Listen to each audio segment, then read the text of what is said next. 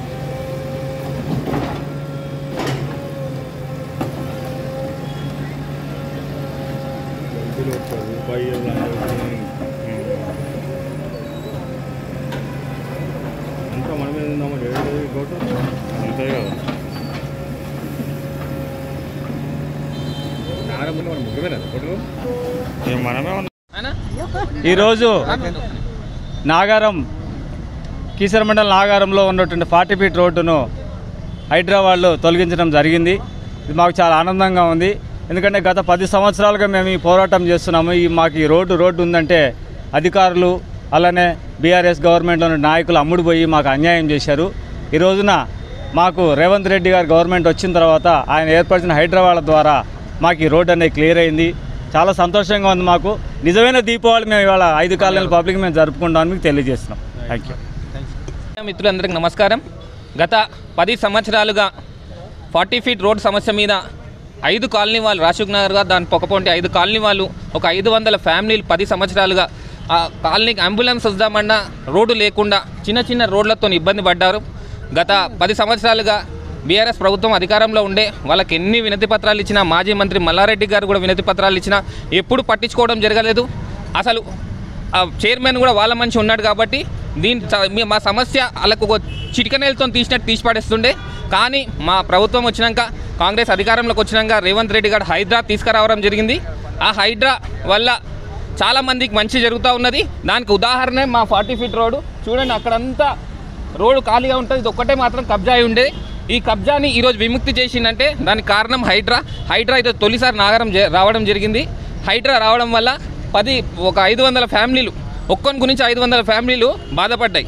కానీ ఈరోజు వీళ్ళందరూ విముక్తి అయ్యారు, వీళ్ళు సంబరాలు చేసుకుంటున్నారు. ఈరోజు నేనేమంటున్నా అంటే మా నాగారంలో చెరువులు, కుంటాలు, నాలాలు కబ్జా అయినాయి. ఆ కుంటాల వల్ల, చెరువులు కబ్జా అయ్యే వల్ల 22 కాలనీ వాళ్ళు వాళ్ళ ఇళ్లకు నీళ్ళు వచ్చి సమస్యతో ఎప్పుడు వానకాలం రాగానే వాళ్ళకి సమస్య ఉంటుంది.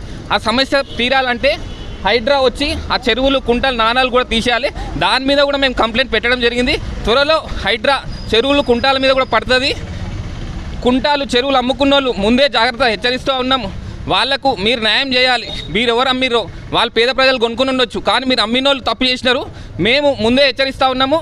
మీరు అమ్మినోళ్ళు వాళ్ళకు కంపెన్సేషన్ ఇవ్వాలని నేను మీ అందరికీ డిమాండ్ చేస్తూ ఉన్నాను.